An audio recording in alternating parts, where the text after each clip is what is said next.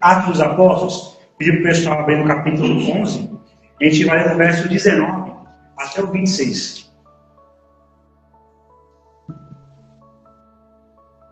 Aqui na minha Bíblia, o subtítulo dessa passagem está assim: os discípulos são chamados de cristãos em Antioquia. O verso 19 diz assim: os que foram dispersos a partir da perseguição que começou com a morte de Estevão se espalharam até a Fenícia, Chipre, Antioquia, não anunciando a palavra a ninguém que não fosse judeu. Alguns deles, porém, que eram de Chipre e de Cirene e que foram até Antioquia, falaram também aos gregos, anunciando-lhes o evangelho do Senhor Jesus. A mão do Senhor estava com eles, e muitos crentes se converteram ao Senhor. A notícia a respeito deles chegou aos ouvidos da igreja que estava em Jerusalém, e enviaram Barnabé até Antioquia. Quando ele chegou e viu a graça de Deus, ficou muito alegre, e exortava a todos a que com firmeza de coração permanecessem no Senhor. Verso 24. Porque era um homem bom, cheio do Espírito Santo e de fé, e muita gente se uniu ao Senhor. Verso 25. Depois Barnabé foi a Tarso à procura de Saulo, e quando encontrou, levou-o para Antioquia. E durante o ano inteiro se reuniram naquela igreja e ensinaram a numerosa multidão. Em Antioquia, os discípulos foram chamados pela primeira vez. Em Antioquia, os discípulos foram pela primeira vez chamados de cristãos.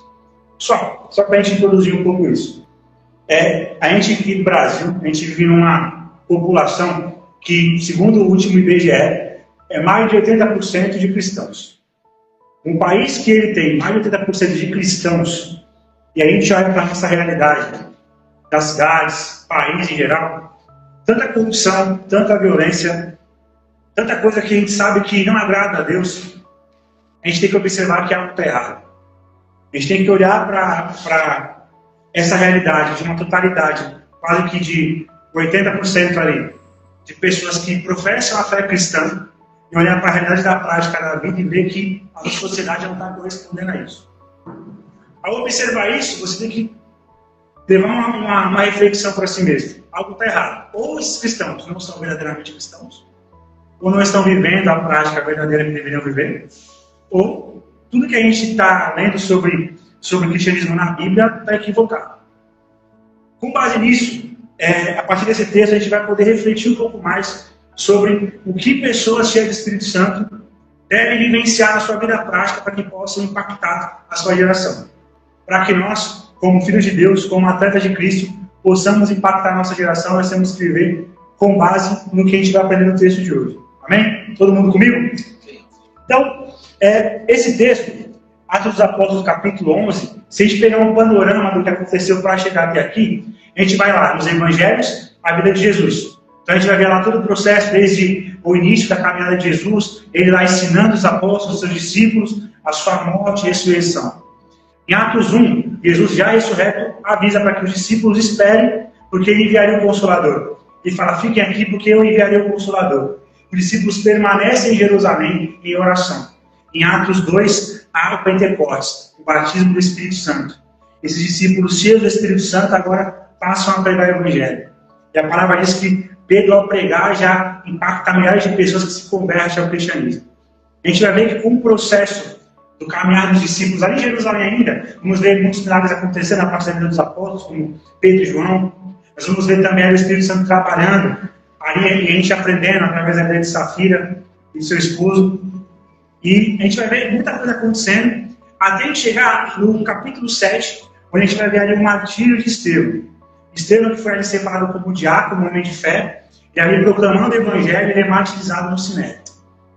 A partir daquele momento, Saulo de Tarso também agora, com uma carta, parte em perseguição. A gente vai ver no capítulo 9, que o apóstolo Paulo ali, ele tem um encontro com Deus, e ali ele é transformado, e a partir dali a gente vai ver a vida daquele apóstolo que escreveu várias cartas no Novo Testamento, começando nesse processo de testemunhar o Evangelho, de pregar o Evangelho, e ser usado por Deus nessa missão.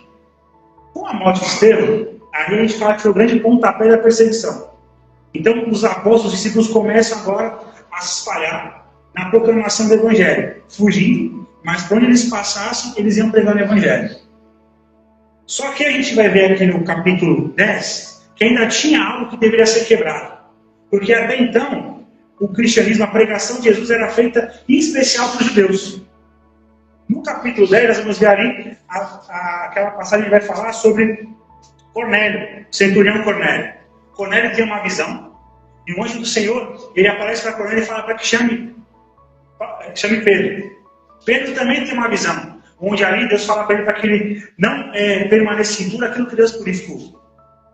Então, há um encontro desse centurião com Pedro na casa do centurião, e ao Pedro pregar o evangelho para aquele centurião na sua casa, as pessoas ali também são batizadas com o Espírito Santo. O que é um sinal de que tudo aquilo que eles entendiam antes, que a pregação era para os judeus, agora não mudou, agora é para os gentios, agora é para todo mundo. Todo aquele que crê em Jesus Cristo, agora também vai receber esse batismo do Espírito Santo. E aí a gente vai chegar agora, nesse capítulo que a gente leu, capítulo 11. Então, que começa com o verso 19. Os que foram dispersos a partir da perseguição que começou com a morte de Estevão, se espalharam até a Fenícia, Chipre e Antioquia, não anunciando a palavra a ninguém que não fosse judeu, como eu falei anteriormente. Alguns deles, porém, que eram de Chipre e de Cirene, e que foram até Antioquia, falaram também aos gregos, anunciando-lhes o evangelho do Senhor Jesus. A mão do Senhor estava com eles, e muitos crendo, se converteram ao Senhor. Essas pessoas não tinham ainda aquela chamada dos apóstolos ali em Jerusalém, para que eles pudessem pregar para os gentios. Mas eles aí naquela perseguição, caminhando, perseverando, para tentar salvar da perseguição, eles continuam pregando o evangelho, não importa para quem fosse. Na nossa realidade particular, você como atleta, você como treinador, você que trabalha na área esportiva, você também tem várias oportunidades de pregar o evangelho nas diversas situações. Situações boas e situações ruins também. Eu estava observando algo que vem acontecendo bastante no esporte, por exemplo, no futebol. Há agora um grande avanço do futebol na Arábia Saudita. A gente vê agora um fluxo muito grande de brasileiros sendo contratados pelos clubes de primeira divisão para começar. Mas, em geral, a gente vai ver essa importação de jogadores para lá cada vez maior. Hoje, os brasileiros já são 20% dos estrangeiros atuando na primeira divisão da Arábia Saudita. Um país que tem 80% de cristãos, já tem 20% de brasileiros atuando na Arábia Saudita. Um país só tem 4% de cristãos. Um país que é um país do Islã. É um país onde... a palavra não era proibida, né? A palavra que eles usam lá que é restrito. O evangelho lá não é proibido, é restrito. Então você como brasileiro pode ser cristão, pode professar sua fé. Você não pode convencer a outra da sua fé. Com base nisso, como cristão que está chegando agora num país, por exemplo, como a Arábia Saudita, ou você chegar num ambiente onde não tem cristãos ali, como você pode levar esse evangelho sem poder pregar o evangelho literalmente? Já paramos pensar nisso? A gente observar isso, e a gente vai olhando para esse texto. Se você olhar o último versículo que a gente leu, o verso 26, ele vai terminar assim, ó. E em Antioquia, os discípulos foram chamados pela primeira vez de cristãos. Eles foram chamados de cristãos por uma gozação. Era uma brincadeira, era uma forma de tirar sarro do cristão ali. Por quê? Porque eles falavam desse Cristo, que a maioria não cria, e eles pareciam com esse Cristo que a maioria não cria. Hoje a gente vive num país, como a gente falou, de muitos cristãos, só que não parecem com Cristo que nós deveríamos crer e viver. Você vê lá jogadores que, quando são campeões, escrevem na testa 100% Jesus. Mas na prática, você vê brigando e xingando um adversário, um torcedor. Isso em geral. A gente vai ver muitas pessoas que, infelizmente, deveriam ser exemplo, mas elas não são exemplo. Elas acabam, às vezes, manchando o nome de Cristo. Se a gente pegar essa referência, qual é a nossa primeira lição que a gente tira hoje? Se a gente quer proclamar o Evangelho, a gente tem que refletir a imagem de Cristo. Se nós não refletirmos a imagem de Cristo em tudo que nós fizermos, não adianta a gente falar do Evangelho. Não adianta a gente abrir a Bíblia, ler a Bíblia, ou trazer princípios nas conversas, se eu não refletir a imagem de Cristo no meu dia a dia. Aqueles cristãos de Antioquia refletiam a imagem, mesmo que não tivesse uma nomenclatura ainda. A gente põe a nomenclatura, eu sou cristão, eu ando com uma cruz, eu tatuo uma cruz no braço. Mas não reflito a imagem de Cristo nas minhas atitudes. E como que esta igreja primitiva, como a igreja de Jerusalém, fez para poder fazer com que esse povo refletisse a imagem de Cristo. A gente observa, já no verso 22, a notícia a respeito deles chegou aos ouvidos da igreja de Jerusalém, da igreja que estava em Jerusalém, e enviaram Barnabé até Antioquia. No capítulo anterior, no capítulo 10 e já no capítulo 11, aqui a gente vai ver aquele confronto acontecendo da igreja de Jerusalém, querendo entender com Pedro o que tinha acontecido para ele batizar aqueles gentios. E Pedro vai explicar tudo o que aconteceu. Então a igreja de Jerusalém já tinha entendido naquele momento que o evangelho chegou aos judeus, aos gentios. E aí eles ouvem agora, aquela igreja em Antioquia está cheia de gentios ali que agora professam Cristo. Vamos mandar então alguns dos nossos aqui, que a gente confia, que é uma mente temente a Deus, para ir até lá e ver o que está acontecendo. E a gente vai ver o que está acontecendo. Verso 23, quando ele chegou e viu a graça de Deus, ficou muito alegre e exortava a todos a que com firmeza de coração permanecessem no Senhor. Então quando Barnabé chega, cara, não é só história. Ele vê a mão de Deus ali. Ele vê a mão de Deus naquele povo. E aí ele fala, opa, agora ele começa a exortar. Continua. Verso 25. Depois Barnabé foi a Tarso à procura de Saulo. E quando encontrou, levou-o para Antioquia. E durante um ano inteiro se reuniram naquela igreja e ensinaram numerosa multidão. Quando você está nesses contextos, você começa a refletir na imagem de Cristo, para que as pessoas conheçam Cristo. Só que não basta isso. Agora vem o ensino. Agora vem o discipulado. Eu não sei se você, na sua realidade de igreja local, você escuta falar sobre discipulado e vê isso na prática. Mas o discipulado ele é fundamental para a caminhada de igreja, para a caminhada cristã. Então, se eu caminho num ambiente onde eu levei a palavra para aquele público-alvo, aquelas pessoas, agora também parte de mim está me preparando, biblicamente falando. Entender o que as Escrituras ensinam, para que eu possa ser aquela pessoa que vai, talvez, iniciar esse processo de ensino. Porque, a partir do momento que o meu amigo se converteu, ele falou, pô, eu creio em Jesus. Agora ele vai começar a ter sede, ele vai querer mais. Nós temos que estar preparados também para ajudar esses irmãos nessa caminhada, porque todo mundo sabe que a caminhada, principalmente no início, não é fácil. No início, a luta é pesada. No início, há uma dificuldade muito grande de perseverar na fé. De perseverar no básico, na oração, no jejum, de perseverar na comunhão com os irmãos. Então, se a gente não nos preparar para poder, além de proclamar o evangelho, caminhar com essas pessoas, algo está errado em nós. A gente tem que sempre pensar nisso, sempre pensar assim, esse meu irmão, que agora ouviu falar de Jesus pela primeira vez, ele agora vai ter que entender princípios básicos, por exemplo, o que é a igreja, para que ele não caia em falsos ensinos ao longo do caminho, para que ele não veja um pseudo-evangelho pregado em algum lugar, ele acha que o evangelho ele venha se corromper, ele venha cair. Nós precisamos de discipulado, nós precisamos caminhar uns com os outros. E você é atleta de Cristo, você é usado por Deus como ferramenta nisso. Como a gente usou como exemplo, agora a Arábia Saudita vai ser um ambiente onde cada vez mais vai entrar o futebol, eles querem isso. E os brasileiros, eles são os melhores, não adianta. A gente pode até não ganhar o campeonato mundial, mas a gente é melhor. Eu estou puxando essa guerra pro nosso lado. Mas a gente é melhor.